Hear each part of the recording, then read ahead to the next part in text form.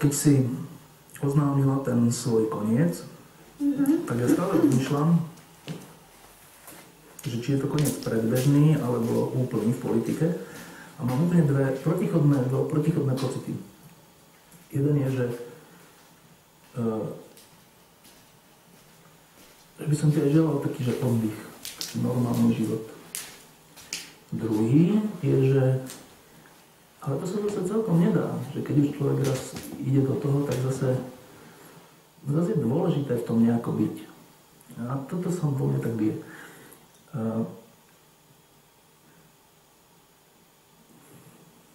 Predpokladám, že to ešte nemáš vyriešené.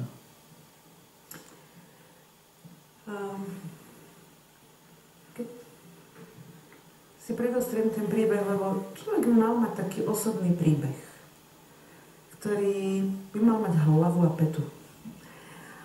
Tak taký ten prvý vhúb do politiky naozaj bol v tom roku 89 a však my sa odtedy poznáme, ja som vtedy bola hovorkyňa.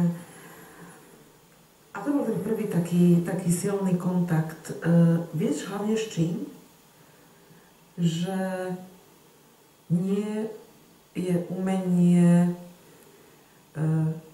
používať moc, že umenie je pokúsiť sa zrealizovať to, čo je možné zrealizovať. A nie je nemožné. Teda vedieť si zadefinovať, čo sa dá. To bola taká, na prvý pohľad, mala som Kristové roky, taká prvá strata ilúzií, že v tej politike musíš byť pripravený na riešenia veľmi realisticky. A dokázať byť realista. A potom som tak koketovala s tou politikou v rôznych pozíciách a polohách. A hlavne som sa dovzdelávala, aby som sa učila svetu trochu rozumieť. A aby som možno na staré kolena pochopila, že sú veci, ktoré sa nenaučíš. Ono je ich veľa, ale zvýrazním dve. Nenaučíš sa citu, to sa nedá. Buď ho máš, alebo ho nemáš. Buď si schopný empatie, alebo nie si schopný empatie. A ja si dovolím povedať, že túto schopnosť mám. A potom druhá, že ono to znie ako, že banalita, že musíš byť strašne tolerantný.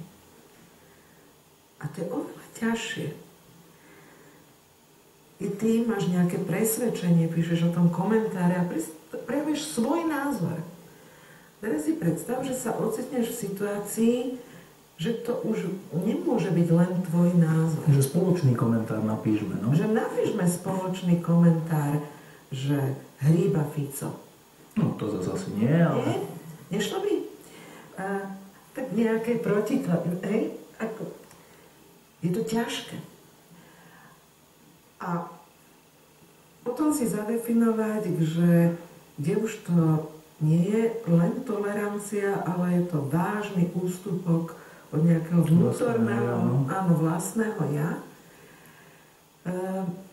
A tam sa vždy tak ľakám, aby som tento úsudok nestratila. Ja dúfam, že som ho nestratila. A ten príbeh je práve o tom, že sa potrebujem možno na ten svet opäť tak znovu pozrieť zvonka. A možno aj odovzdať to, čo som sa za tých 6 rokov v tej politike predsa len možno naučila. A neviem byť ja sedieť doma, že teraz si zoberiem a budem štrikovať. To si ťažko viem predstaviť. Ale myslím si, že som tak celkom naštartovaná zobudiť trošku viac našu občiansku spoločnosť. Trošku viac sa angažovať v občianskej spoločnosti. Trošku viac sa venovať témam, ktorým v politike nebol čas sa venovať. ako téme korupcie, klientelizmu, presného vymedzenia, čo sa ešte dá urobiť, kam sa to dá posunúť. Etike a politike, to je moja srdcová téma. Kto má pomôcť byť tým sprevádzačom medzi týmito dvomi brehmi? Ako spojiť tie dva svety, ktoré sa významnou mierou podarilo oddeliť? Čo môžu byť tie spojníky? Celkom by som sa tejto téme aktívne venovala. No a teraz na cynickom Slovensku si každý hovorí, že no, toto síce hovorí, ale v skutočnosti je už rozhodnutá, že bude kandidovať v prezidentských voľbách. Čítala som, to je opäť taký zvláštny už stereotyp v hlavách, že z politiky sa proste dobrovoľne neodchádza,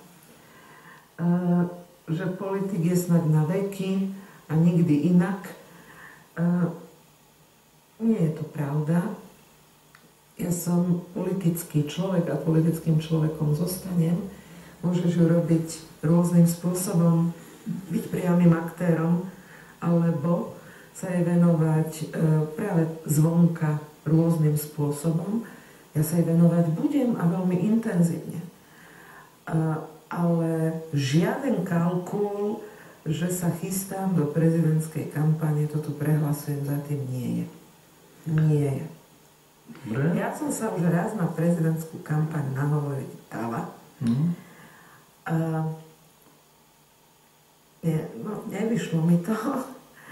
A ja si myslím, že sa v prezidentskej kampani má človek pokúsiť raz, a keď tí občania povedia, že ty nie, tak to treba rešpektovať.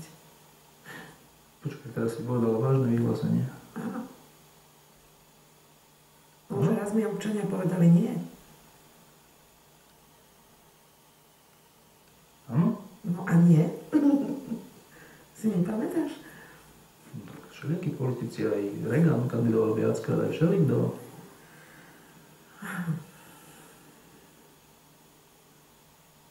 A to teraz čo robíš? Zaujímavé, úplne ma teraz si ma zaujala. Až teraz? Skoro to bolo také definitívne vyhlásenie. Iveta Radičová, predsednička vlády, ďakujem, že si prišla. Rovnako sme si sadli, je to náhoda. A teda nemá sa to robiť, ale zase myslím, že v mene veľa ľudí ti poďakujem za jednu vec, a to je za ten postoj práve ku klientelizmu a korupcii pri všetkých zaváhaniach a pri všetkých budovách. Fakt si to myslím, aj som to napísal, že od vzniku Slovenska si v tomto ohľade bola najlepší premiér. Fakt si to myslím. Ďakujem veľmi pekne. Ja ďakujem za dôveru tým, ktorí ju vo mňa mali.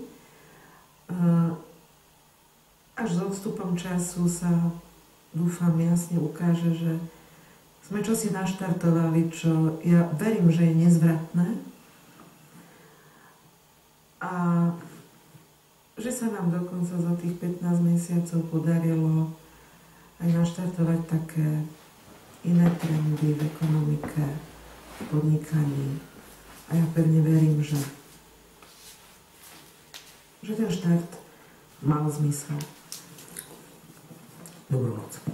Dobrú noc všetkým.